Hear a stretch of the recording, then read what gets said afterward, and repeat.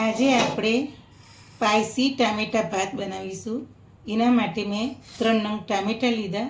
હવે આપણે એને મસાલો કરીએ. ચાલો ગેસ ચાલુ કરી અને હવે આ રીતે કઢાઈ આપણે મૂકવાની.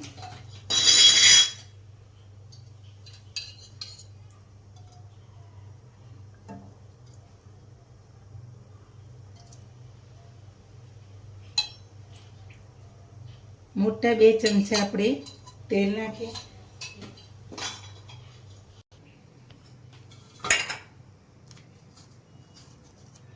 આ રીતે ટામેટાના આપણે 2 ભાગ જ કરવાના છે.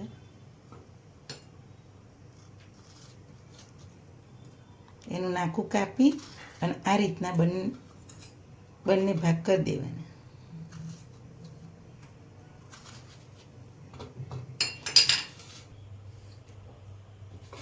હવે આપણે ગેસ ધીમો કરી અને આ રીતના ટામેટા મૂકી દઈશું.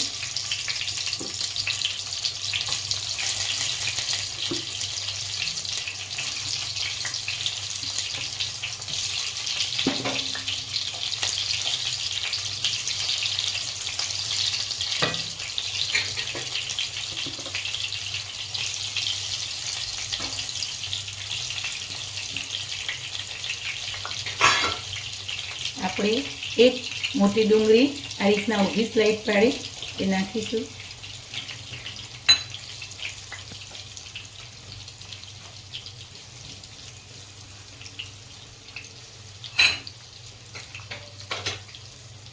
છ 7 નંગ આપણે લસણની કળી લીધી તે નાખીશું.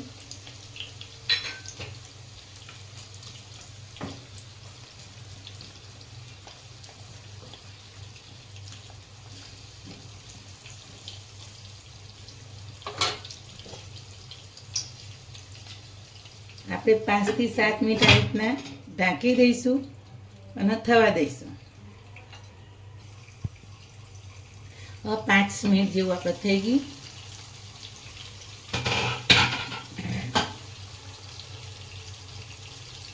આપણે ચપટી હિંગ નાખીશું. 1 લીલું મરચું નાખીશું.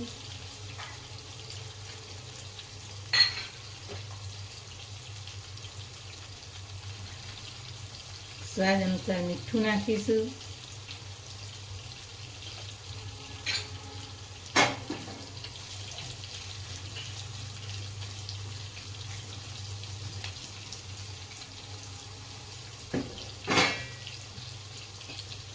પાંચ મિનિટ હજુ આપણે થવા દઈશું.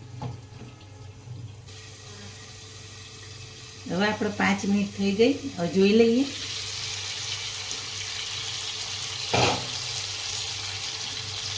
હવે આપણા ટામેટા જો કૂક થઈ ગયા છે સરસ. આ રીતના ઉપરથી છાલ આપણે કાઢી લઈશું.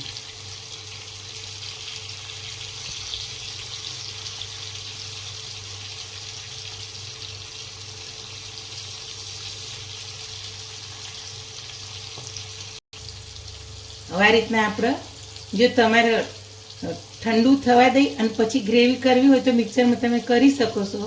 અને નહીંતર આ રીતના આપણે મશીનથી આ રીતના ગ્રેવી અંદર કરી દઈશું. અત્યારે ગેસ ઘડીક બંધ કરી દઈશું આપણે.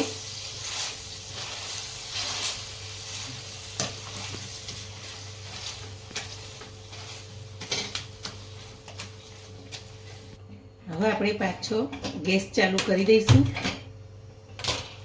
જો આપણે ગ્રેવી જેવું સરસ થઈ ગયું. આ રીતના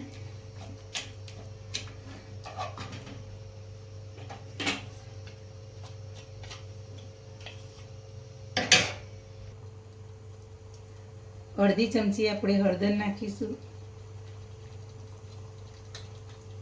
1 ચમચી જેટલું લાલ મરચું નાખીશું તીખું. 1 નાની ચમચી ધાણા જીરું નાખીશું. અડધી નાની ચમચી કાશ્મીરી મરચું નાખીશું.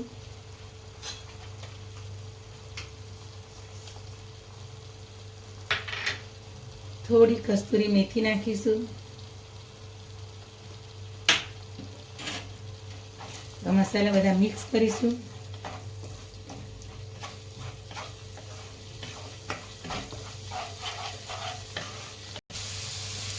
આપણે 1 ચમચી જેટલું જ પાણી પાડવાનું છે, વધારે નહીં, આ ગ્રેવી બળી ના જાય એના માટે.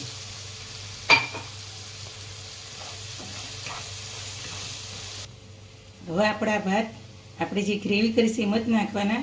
પણ જો તમારા ભાત મારા બપોરના બચેલા છે એ નાખું છું, અને તમારે બચેલા ના હોય તો તમે ભાતને ઓસાઈ અને પછી નાખી શકો છો બાફી. હવે આપણે ગ્રેવીમાં નાખીએ. ચાલો, જો આપણું તેલ સરસ છૂટું પડી ગયું, સરસ. હવે આપણી ગ્રેવી સરસ તૈયાર થઈ ગઈ. હવે આપણે ભાત અંદર નાખી દઈશું.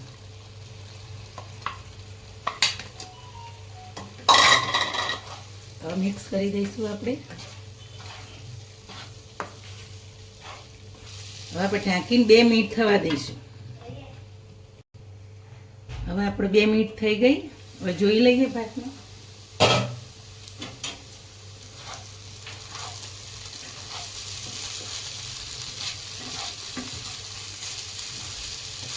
હવે આપણા ભાત થઈ ગયા છે. હવે આપણે ગેસ બંધ કરી દઈશું.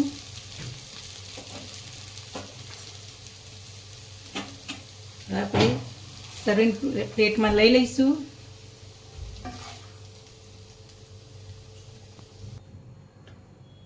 હવે આપણે ઉપરથી કોથમીરથી ગાર્નિશ કરીશું.